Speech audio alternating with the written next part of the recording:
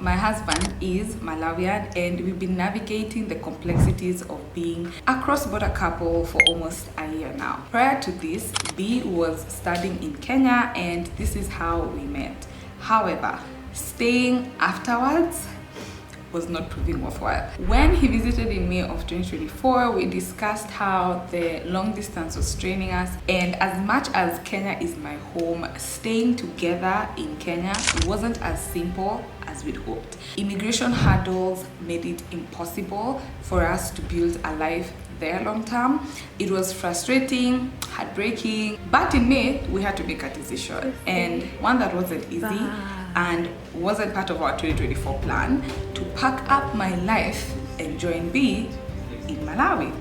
So the past 5 months have been a roller coaster, packing up, saying goodbye to Kenya and stepping into the unknown, a new country with many lessons to be learned. This is not just a relocation story, it's about resilience, love, and finding a home in the most unexpected places. I'm back now, ready to share this next chapter with you. What happened? Okay, why did we leave?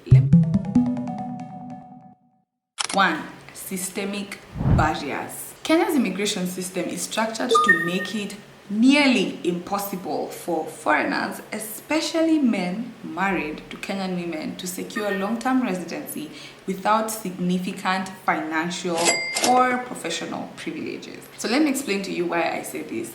B and I met in university. At the time, he was on a student pass, an authorization issued to foreign students pursuing education at a recognized institution in Kenya. It cost about $100 a year, and for the most part, served its purpose.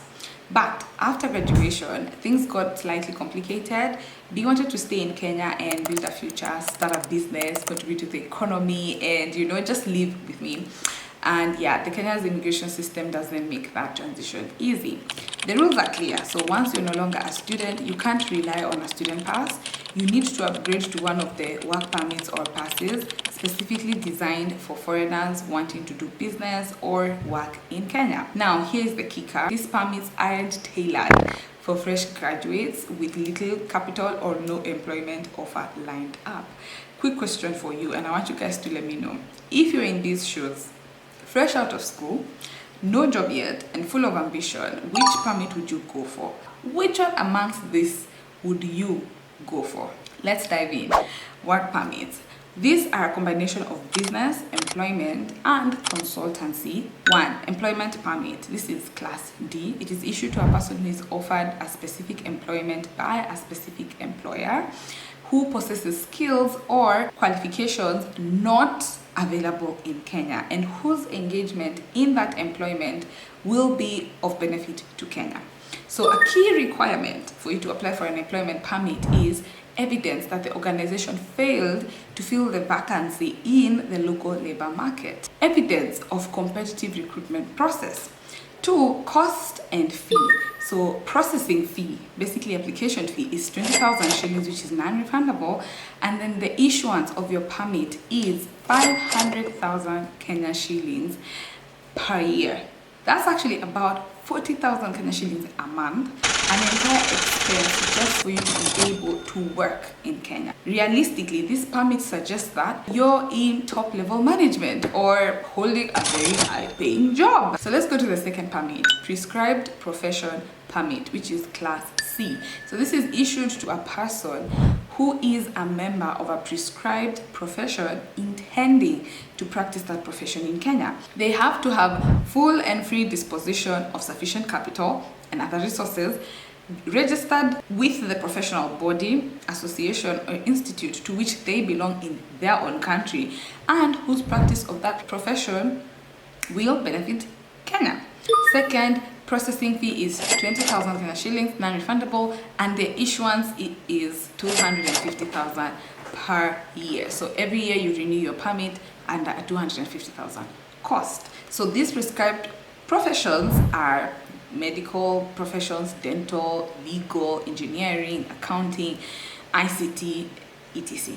We're not done. Let's go to the third permit. The third permit is ordinary residence, also known as Class K. So this one is issued to a person who is not less than 35 years of age and has an assured annual income of not less than $24,000 derived from sources outside Kenya. So basically, you've come into the country and every other year you gain $24,000 from another country, but you are residing in Kenya, so you're an ordinary resident.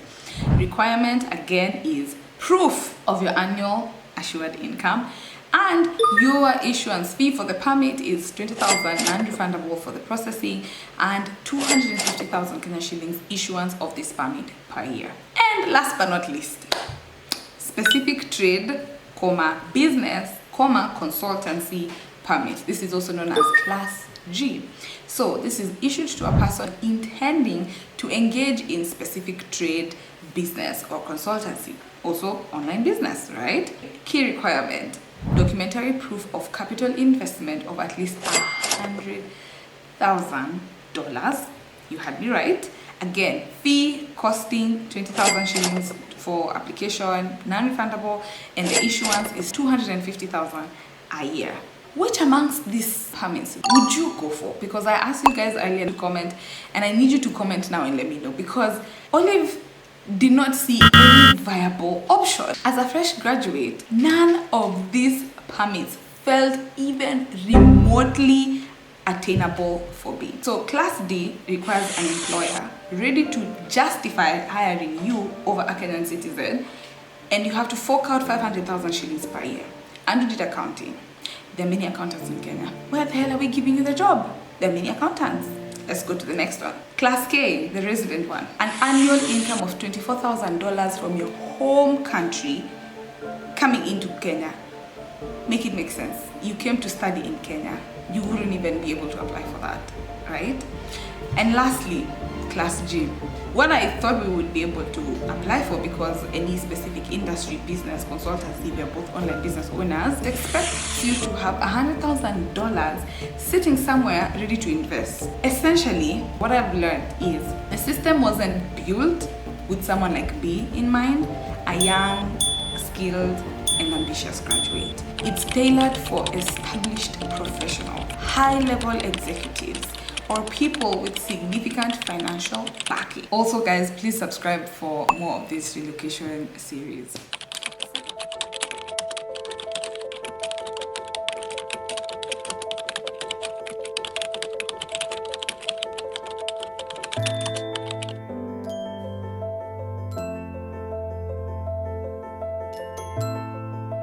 It wasn't pretty easy, and let me tell you, the process taught us a lot. Second reason why we left Kenya is unfair policies. Gender-based immigration policies put an unequal burden on Kenyan women married to foreign men, making it harder for them to secure residency for their spouses. My partner and I eventually decided to get married, and we started researching other viable solutions for our partnership in Kenya and his legal status in the country. Now, this is where it even gets juicier. Kenya's immigration has glaring inequalities, and nowhere is this more evident than in Category D for permanent residency. It literally treats men and women differently. So let me show you. I'm going to leave all the relevant links for you to visit the immigration website yourself and read more about them. Permanent residency is offered under the following categories. Category A is for ex-Kenyans. Category B is lawful residents. Category C is children of Kenyan citizens. And Category D is spouse to a Kenyan citizen. So the category that suited us more was Category D, which applies to those who have been married to a Kenyan citizen. However, according to the law in Kenya, you have to be married to the Kenyan citizen for at least 3 years in bona fide, which basically means in good faith. But here is the catch. You need to declare copies of all permits and dependent passes issued in Kenya. Please note that down. The permits I shared earlier are outrageously expensive, especially for someone who was previously in Kenya on a student pass. What is a dependent pass? A dependent pass is basically authorization issued to a foreigner who is dependent on a Kenyan citizen. Permit holder, permanent resident, or an exempted person. The way you get a student pass because you come to study in the country, you get a dependent pass if you're depending on a Kenyan citizen, permit holder, permanent resident, or an exempted person. However, for you to have a dependent pass, it means you do not intend to work, you do not intend to make any money, you're officially depending on your partner. Now, here is where things get interesting. One immigration official explains that if the Kenyan citizen is a man, he can apply for a dependent pass for his foreign wife and then proceed with permanent residency for the wife. But if the Kenyan citizen is a woman, her foreign husband must have worked in the country and hold an existing permit, e.g. the ones I mentioned earlier, business, employment, or a prescribed profession, before applying for category D for permanent residency. What I'm trying to say is, and this is why I feel like we have very biased policies in Kenya, because those permits are very expensive. What about in between situations where we can't afford the permit but we can probably afford the dependent pass as we figure our shit out? For example, is a student pass valid in this case? So what I'm trying to ask is, a student who got married in the country and then applied for permanent residency after 3 years would have their student pass recognized as valid proof. Would you go to immigration and say, can I apply for permanent residency?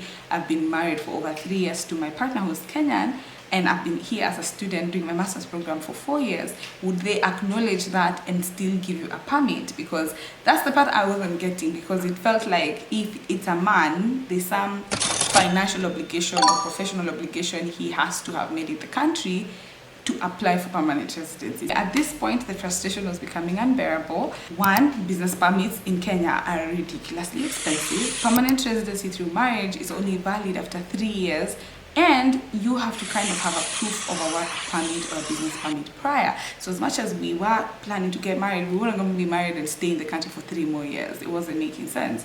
And 3, dependent passes are only available, to be honest, for Kenyan men to apply for, and not ideally a Kenyan woman to apply for. So guys, when I say everything was stacked against us, I truly mean it. I know some of you might be thinking, what about citizenship? Citizenship is a foreigner married to a Kenyan citizen for at least 7 years. Then you're eligible for citizenship. But then again, here's the kicker. One key requirement is a copy of a dependent pass or a permit. So in Kenya, basically, why are we giving you citizenship if you haven't offered any form of value? And they don't consider marriage a value form like that. I don't think they do, honestly, unless you're a Kenyan man. After paying it for at least 7 years, because again, guys, these permits, you're paying them yearly. So if you pay your work permit every year for 7 years, so that's 500,000 times 7, okay? The permits that I was showing you guys. Once you pay that for 7 years, then you can apply for citizenship. Similar to the other ones that are 250K every year till 7 years, then you can come immigration and say, I want citizenship. So the third reason why we left Kenya is, if not obvious, emotional exhaustion. So after countless rejections, bureaucratic roadblocks, and exhausting attempts to navigate a very rigid system, we were honestly emotionally drained. This was our experience. Maybe others have had smoother journeys, but for us, it was, guys, it was an uphill battle every step of the way. Let me just give you context. We finished school in 2018, and then after graduating, he did further studies for 2019-2020. From 2021, we were really trying to look for like solid options, and 2021 and 2022, we literally had to survive with him leaving the country and then coming in the country as a visitor. As 2023 was coming to an end, we could see that this wasn't making sense, both for him and I, in terms of business was being affected, finances are being affected, all because we want to stay together, but then the bureaucratic roadblocks are very hefty in Kenya. And that's when I'm saying, as 2023 drew closer, Andrew said something that he'd heard, which was, enough is enough. We can't keep fighting this system anymore. So 2023 is when we decided, like, we can't really settle in Kenya. It's just not making sense financially. By 2023, end of December, Andrew made the heartbreaking decision to move back home for good. So that really also came with a lot of emotional turmoil on my end, because we had been together in Kenya for quite some time, but now he had to go back, and I had to face the reality that it wasn't easy for him to stay in Kenya, honestly. So it just made sense for him to go back that side, and then I started planning my exit, because what the hell am I doing, guys? Guys, I am not going to stay here. My man has left I'm leaving. And he really did try staying in Kenya because first of all, he loved Kenya. He even knows Swahili fluently. We had started businesses together, but longevity wise, it wouldn't make sense to even start a family if his documents are still bringing issues. And that's what people don't understand. It's very difficult for you guys to think of the future where you're settling, but if he doesn't have legal documents, what are we doing, guys? What are we doing? It just didn't make sense for our family or for us, for our relationship to soar. So we just had to say goodbye, ciao. And yeah, so when he left in 2023, I had to go through one whole year long distance, and I was just like, child, listen, I love you mom, I love you dad, but I gotta go, okay? I gotta go. This place ain't making sense. So let me tell you guys, for context, the hours we spent on that eCitizen platform, I could tell you verbatim. The countless visits to immigration offices, money poured into the applications. Let me just say all of it amounted to nothing, but yeah. I remember as we were ending 2023, we did get introduced to some people who apparently just wanted us to grease their hands and they would help us get the permits. But even the amount of money they were asking for is almost equivalent to the money of the permit. So you're paying double to grease hands to make it work and then to pay for the permits. We're like, yeah. It's reached a point where if you know the right person, then your things are move faster, or you get the stamp, or you get all these things. But then if that's where we've gotten to, then how is this a good spot or a good place for people, young people, to build businesses, or young people to live comfortably in their home country? It just doesn't make sense. Possibly if we knew the right people, it could have gone a bit smoother, but we chose to follow the official system, and in return we faced rejection after rejection. But in the end, I think what we did is we took it as a sign. It was just time to say goodbye to Kenya, even though our hearts were still tied to it. And if you follow me on Instagram, you know that Kenya was our Malawi. Leaving wasn't our first choice. It was actually the only choice. Malawi, here we come for life. And when we had to say goodbye, Kenya remains with us wherever we go. That, my friends, is the reality of navigating Kenya's immigration system through our eyes. And while this chapter has closed for us, I know it's a story that many others might relate to, especially if you have a foreign partner or you know someone with a foreign partner. Being caught between deep love for a place and then the unyielding barriers that keep you from truly belonging isn't a place I'd wish for anyone, honestly. So anyway, if you made it this far, thank you for sharing this moment with me. I hope this video has given you insight and sparked some reflection, or even provided a little clarity if you're navigating a similar path, especially if you know friends or you know people who have foreign partners in the country. Leave me your comments down below. I'd like to hear your stories. So in the next episode, I want to dive deeper into our relocation series, how we planned the move, the emotional toll of packing life into a suitcase, logistics, the lessons we learned along the way, and anything I would want to tell anyone looking to relocate, what they should do or what we did to make it very seamless and easy. Until next time, take care, stay kind, and remember, home is not always a place. Sometimes it's the people you carry in your heart. So yeah, I'll see you next time. Bye guys.